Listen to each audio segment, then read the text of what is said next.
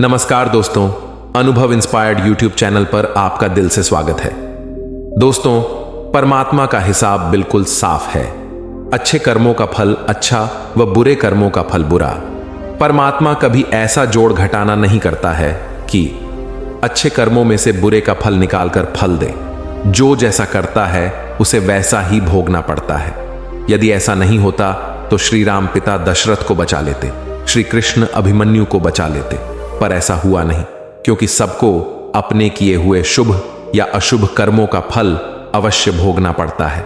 अच्छे फल की प्राप्ति के लिए हम अच्छे कर्मों को करने के लिए प्रतिबद्ध हों तो बात समझ में आती भी है, लेकिन हम अच्छे कर्म करते नहीं और अपेक्षा अच्छाई की करते हैं। आज की कहानी अगर आपने ध्यान से सुन ली तो आप कर्मों का यह सिद्धांत अच्छे से समझ जाएंगे। दोस्तों, कर्मों की कहानियां शुरू करते हैं। एक समय की बात है, एक महात्मा अपने शिष्य के साथ घूमने के लिए निकले। महात्मा को इधर उधर की बातें करना बिल्कुल भी पसंद नहीं था। कम बोलना और शांत रहकर अपने काम से काम रखना महात्मा को पसंद था। लेकिन उनका शिष्य बड़ा बातूनी था। वह सारा दिन इधर उधर की बातें ही किया करता था और दूसरों की बातों में उसे बहुत आनंद आता था। चलते चलते जब महात्मा और उनका शिष्य एक तालाब के पास से गुजर रहे थे तो उन्होंने वहां एक मछुआरे को पानी में जाल डाले मछली पकड़ते हुए देखा। शिष्य को यह बात बहुत बुरी लगी और वह मछुआरे को अहिंसा परमो धर्म का उपदेश देने लगा। लेकिन मछुआरा उसकी कोई बात समझने को तैयार नहीं हुआ। पहले मछुआरा शिष्य की बात को टालता रहा, लेकिन जब शिष्य उसकी बात नहीं माना तो दोनों के बीच में लड़ाई झगड़ा शुरू हो गया। जब दोनों आपस में बहस कर रहे थे तो महात्मा आगे निकल गए थे, लेकिन जब महात्मा ने दोनों को आपस में झगड़ते हुए देखा तो वह वापस लौटे और शिष्य को अपने साथ चलने के लिए कहा और शिष्य का हाथ पकड़कर महात्मा उसको अपने साथ ले गए। महात्मा ने शिष्य को कहा, बेटा, हमारा काम तो सिर्फ समझाना है, लेकिन भगवान ने हमें सजा देने के लिए धरती पर नहीं भेजा है। शिष्य ने कहा, गुरुजी, हमारे राजा को इस तरह के लोगों के बारे में पता है जो इस तरह के बुरे कार्य करते हैं, और ना ही वह इनको दंड देते हैं। आखिर इस तरह के लोगों को सजा कौन देगा? शिष्य की बात सुनकर महात्मा ने कहा कि बेटा, तुम परेशान मत हो, इनको सजा देने वाली भी एक अलौकिक शक्ति इस दुनिया में है जो सब कुछ जानती है। भगवान की नजर सबके ऊपर है और वह सबके कर्मों का हिसाब रखते हैं। इसलिए तुम अभी चलो, तुम्हारा उससे झगड़ा करने का कोई फायदा नहीं है। शिष्य गुरुजी की बात सुनकर संतुष्ट हो गया और उनके साथ चल दिया। इस बात को बीते हुए 10 वर्ष का समय निकल चुका था। एक दिन महात्मा और उनका शिष्य फिर उसी नदी के पास से गुजर रहे थे। शिष्य भी 2 साल पहले वाली मछुआरे वाली घटना भूल चुका था। वहां उन्होंने एक घायल सांप को देखा जो बहुत परेशानी में था। उस सांप को हजारों चींटियां नोच नोच कर खा रही थीं। शिष्य ने यह दृश्य देखा तो उसका दिल करुणा से भर गया। उससे यह सब देखा नहीं गया। वह सांप को बचाने के लिए जाने ही लगा था कि महात्मा ने उसका हाथ पकड़ लिया और उसको जाने से मना कर दिया। शिष्य ने गुरु से पूछा, आप मुझे सांप को बचाने के लिए क्यों नहीं जाने दे रहे? महात्मा ने कहा, इस सांप को अपने कर्मों का फल भोगने दो। अगर तुमने इसको बचाने की कोशिश की तो इस बेचारे को अगले जन्म में फिर यह दुख भोगने पड़ेंगे, क्योंकि कर्म का फल सभी को भोगना पड़ता है। शिष्य ने महात्मा से पूछा कि गुरुजी, इसमें ऐसा कौन सा कर्म किया है जो यह इतना भयंकर कष्ट भोग रहा है? महात्मा ने कहा कि यह वही मछुआरा है जिसको तुमने 10 साल पहले मछलियों को ना मारने का उपदेश दिया था, और वह तुम्हारे साथ लड़ने के लिए तैयार हो गया था। वह मछलियां ही यह चींटियां हैं जो इसको नोच नोच कर खा रही है। शिष्य महात्मा की बात सुनकर हैरान हो गया और उसने महात्मा से पूछा कि गुरुजी, यह तो बड़ा ही अजीब सा न्याय है। महात्मा ने कहा, बेटा, इस दुनिया में ही स्वर्ग और नरक के सारे दृश्य मौजूद हैं। तुम्हें इस धरती पर हर जगह ईश्वर के न्याय के नमूने देखने को मिल सकते हैं। इसलिए अपने कर्म को हमेशा याद रखना चाहिए, क्योंकि सच यही है, जो हम करेंगे वह एक दिन हमें भोगना ही पड़ेगा। महात्मा ने कहा कि हमारे जीवन का हर पल बहुत ही कीमती है, इसलिए इस जीवन को बुरे कर्म करके बर्बाद नहीं करना चाहिए। शिष्य को गुरुजी की बात समझ में आ गई। दोस्तों, यदि हम अपने जीवन में बहुत ज्यादा अच्छे कर्म करते हैं तो उसी के फलस्वरूप भगवान हमारे साथ न्याय करेंगे। इसलिए हमें जीवन में हमेशा अच्छे कर्म करने चाहिए। दोस्तों, सच्चाई का फल जरूर मिलता है। अब हम आपको दूसरी बहुत ही प्रेरणादायक कहानी सुनाने वाले हैं। इस कहानी को ध्यान से सुनना। एक राज्य का राजकुमार अपनी युवावस्था को प्राप्त हो चुका था। राज्याभिषेक हेतु उस राजकुमार को विवाहित होना अनिवार्य था। इसी बात का हल निकालने के लिए राजा ने सभा बुलाई। राजसभा में राजकुमार ने कहा, मैं अपनी जीवन संगिनी की खोज स्वयं करना चाहता हूं। राजकुमार की बात सुनकर मंत्री ने सुझाव देते हुए कहा, क्यों ना राज्य एवं आसपास के क्षेत्रों से सभी विवाह योग्य कन्याओं को आमंत्रित किया जाए। उनमें से जो राजकुमार को अपने योग्य लगे वो उनका चुनाव कर लें। राजा को यह बात अच्छी लगी। राजकुमार भी सहमत हुए। राजभवन से घोषणा की गई कि इस महीने के अंतिम दिन राजभवन में सभी विवाह योग्य कन्याएं अपने अभिभावक के संग आमंत्रित हैं। इस उत्सव में राजकुमार अपने लिए जीवन साथी का चुनाव भी कर सकते हैं। यह समाचार नगर में आग की तरफ फैल गया। युवतियों के बीच बहुत उत्साह था। किसी को राजकुमार पसंद थे तो किसी को रानी बन जाने का सपना था। किसी को धन संपत्ति नौकर चाकर की लालसा थी। किसी को अच्छे कपड़े जेवर की लालसा, तो किसी को ओहदे की लालसा। सभी युवतियां अपनी अपनी ओर से पूर्ण प्रयास कर रही थीं कि वह इस एक महीने में अपने आप को सबसे ज्यादा सुंदर और आकर्षक दिखा सकें। सभी चाहती थीं कि वे राजकुमार की पसंद बने। राजवैद्य की सहायिका भी राजनगर में ही रहती थी, जिसकी बच्ची तारा बचपन में महल में आती जाती रहती थी। तारा और राजकुमार का बचपन लगभग एक ही समय पर था। बचपन में तारा राजकुमार के साथ खेलती भी थी। जब तारा 12 वर्ष की थी तब तारा की माता ने अपनी नौकरी छोड़ दी थी, जिसके कारण तारा का महल में आना जाना बंद हो गया था। तारा बहुत समझदार थी। अब वो बड़ी हो चुकी थी। तारा ने राज्य के बड़े बड़े गुरुओं से विद्या प्राप्त की थी। जब यह समाचार तारा की मां को मिला तब उन्होंने तारा से कहा, तुम्हें भी तो राजकुमार इतने प्रिय हैं, तुम भी जाओ। क्या पता राजकुमार अपनी सखी को पहचान ले।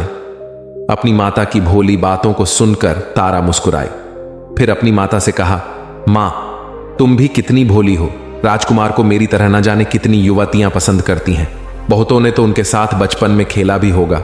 राजकुमार को सब स्मरण कहां होंगी। इस पर माता ने कहा, तुम भी जाओगी तो मुझे अच्छा लगेगा। माता की बातें सुनकर तारा ने कहा, वैसे तो वहां जाने का कोई फायदा नहीं है, परंतु फिर भी मेरी माता की इच्छा है तो मैं अवश्य जाऊंगी। कुछ हो ना हो, हम जलसे का आनंद अवश्य लेंगे। जलसे का दिन आ गया।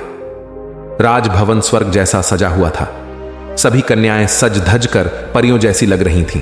चारों तरफ चकाचौंध थी।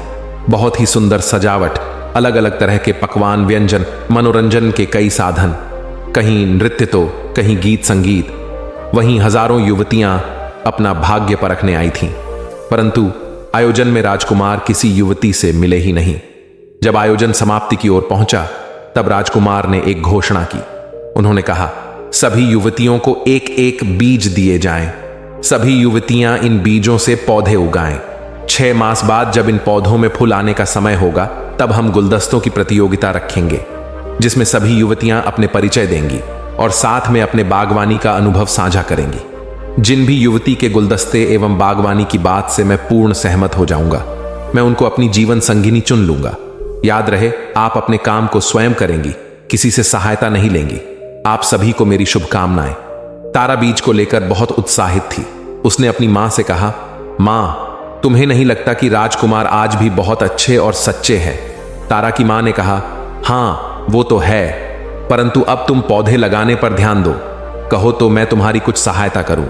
तारा ने कहा, नहीं मां, राजकुमार ने सहायता लेने से मना किया है।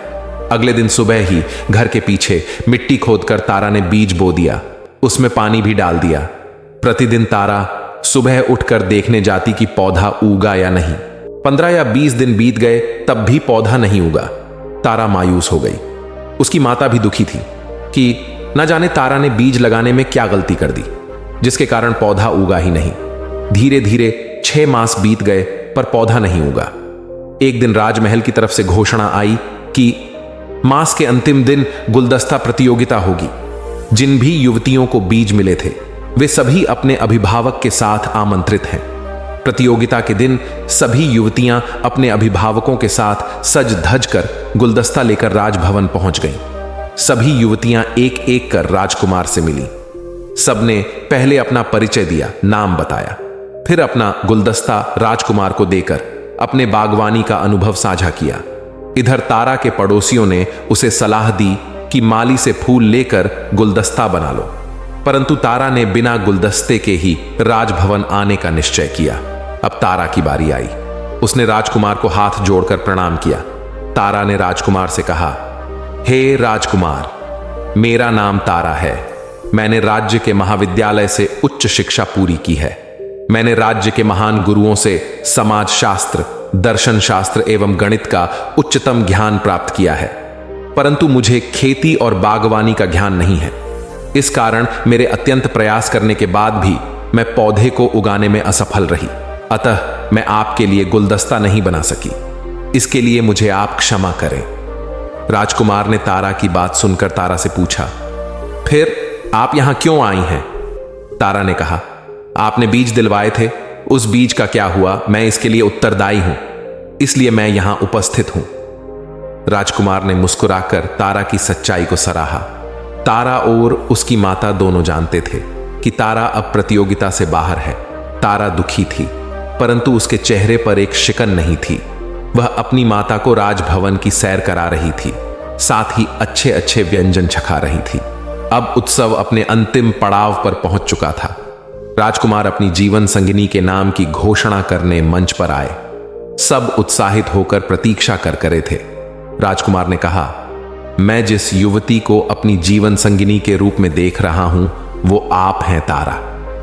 अपना नाम सुन तारा विश्वास नहीं कर पा रही थी कि राजकुमार ने उन्हें अपनी जीवन संगिनी के रूप में चुना है। तारा की माता भी भाव विभोर हो गईं। उधर बाकी युवतियों ने विद्रोह कर दिया। उनका कहना था, जिस युवती ने गुलदस्ता लाया ही नहीं, उसे जीवन संगिनी के रूप में क्यों चुना गया? राजकुमार ने पक्षपात किया है। जितने मुंह उतनी बातें होने लगी। इन सब से राजा क्रुद्ध हो गए, इसलिए राजकुमार से ऐसा करने के पीछे का कारण पूछा। तब राजकुमार ने राजा के साथ साथ प्रजा को संबोधित करते हुए कहा, तारा को चुनने का कारण उनकी ईमानदारी है। आप सबको बांझ बीज दिए गए थे, फिर भी सब गुलदस्ते के साथ पहुंची हैं, जबकि तारा ने यह स्वीकार किया कि उसके प्रयासों के बाद भी पौधा नहीं उगा। मुझे अपने जीवन में एक ईमानदार जीवन संगिनी की आवश्यकता थी, जो तारा को प्राप्त कर पूर्ण हुई। दोस्तों, ईमानदारी का कार्य दिखने और सुनने में कष्ट कर लगता है, परंतु ईमानदारी के वृक्ष पर लगे फल सदैव मीठे होते हैं, आत्मा को संतुष्ट करते हैं। दोस्तों, कर्मों के फल से कोई नहीं बच सका है। देर सवेर कर्मों का फल मिलता ही है। कैसे, आइए जानते हैं कर्मों का फल कहानी के माध्यम से। इस कहानी को ध्यान से सुनना। एक गांव में एक सुनार का घर था। उस सुनार का काम बहुत अच्छा चलता था। काम बढ़ाने के उद्देश्य से उसने एक दिन बहुत सारा सोना मंगवाया। इस बात का पता जब गांव में रात को पहरा देने वाले पहरेदार को चला, तो उसके मन में लालच आ गया। जैसे ही रात हुई, वह पहरेदार उस सुनार के घर में घुसा और उसे मार दिया। सुनार को मारने के बाद वह जैसे ही बाहर निकला, तभी उसे सुनार के एक पड़ोसी ने देख लिया। वह पड़ोसी बहुत ही सज्जन पुरुष था। उसे अचानक देख पहरेदार घबरा गया। उस सज्जन पुरुष ने पहरेदार के हाथ में जब बक्सा देखा, तो उससे सवाल पूछना शुरू कर दिया। ये बक्सा लेकर कहां जा रहे हो? पहरेदार ने धीरे से बोला, शोर मत मचाओ, देखो इसमें से थोड़ा सोना तुम भी ले लो, थोड़ा मैं ले लेता हूं। पड़ोसी ने कहा, मैं ले लूं, मैं गलत काम नहीं कर सकता। यह सुनकर पहरेदार ने उसे डराने के लहजे में उससे कहा, देख मेरी बात मान जा, नहीं तो बहुत बुरा होगा, फिर मुझे दोष मत देना। धमकी देने पर भी जब वह सज्जन पुरुष ना माना, तो उस पहरेदार ने जोर जोर से चिल्लाना शुरू कर दिया। जब सब लोग इकट्ठा हो गए, तब वह सबको झूठी कहानी बताने लगा। यह आदमी सुनार के घर से यह बक्सा लेकर आ रहा है, मैंने इसे पकड़ लिया। जब सब लोगों ने सुनार के घर जाकर देखा, तो सुनार मरा पड़ा था। पुलिस को बुलाया गया और पुलिस उस निर्दोष व्यक्ति को सुनार के कत्ल के इल्जाम में पकड़ कर ले गई। मामला कोर्ट पहुंचा। उस आदमी ने जज के सामने बहुत कोशिश की, कि खुद को निर्दोष साबित कर सके, लेकिन सारे सबूत और गवाह उसके खिलाफ थे। जैसे ही उसको फांसी की सजा हुई, वैसे ही उसके मुंह से निकला, भगवान के दरबार में कोई न्याय नहीं है। जिसने मारा है उसे कोई सजा नहीं, और जिसने ईमानदारी दिखाई, लालच नहीं किया, कुछ किया भी नहीं, उसे फांसी की सजा मिल गई। जज को उसके इन शब्दों से लगा कहीं उन्होंने फैसले में कोई गलती तो नहीं कर दी। जज ने सच का पता लगाने के लिए एक योजना बनाई। अगली सुबह एक आदमी रोता रोता जज के पास आया और बोला, सरकार, हमारे भाई की हत्या हो गई है, इसकी जांच होनी चाहिए। उस समय जज ने फांसी की सजा मिले व्यक्ति और उस पहरेदार को उस मरे हुए व्यक्ति की लाश उठाकर लाने को कहा। जब दोनों दे गए पते पर पहुंचे तो उन्होंने देखा कि खून से लथपथ लाश चारपाई के ऊपर पड़ी है और उस पर चादर डाली गई है। दोनों ने उस चारपाई को उठाया और चलने लगे। रास्ते में उस पहरेदार ने उस फांसी की सजा मिले व्यक्ति को कहा, अगर तुमने उस रात मेरा कहा मान लिया होता तो तुम्हें फांसी की सजा भी ना होती और सोना मिलता सो अलग। इस पर उस व्यक्ति ने जवाब दिया, मैंने तो सच का साथ दिया था, फिर भी मुझे फांसी हो गई। भगवान ने न्याय नहीं दिलाया मुझे। चलते चलते जब दोनों जज के सामने पहुंचे तो चारपाई पर पड़ी हुई लाश एकदम उठ गई। असल में वह लाश नहीं थी, बल्कि जज द्वारा सच का पता लगाने के लिए गया हुआ एक सिपाही था। उस सिपाही ने उठकर सारी सच्चाई जज को बता दी। जज सच्चाई सुनकर बहुत हैरान हुए। पहरेदार को कैद कर लिया गया, न्याय हो गया था, लेकिन जज के मन को अभी भी शांति नहीं मिली थी। सो उन्होंने उस सज्जन व्यक्ति से कहा, इस मामले में तो तुम निर्दोष साबित हो चुके हो, लेकिन सच सच बताओ, तुमने कभी कोई हत्या की है क्या?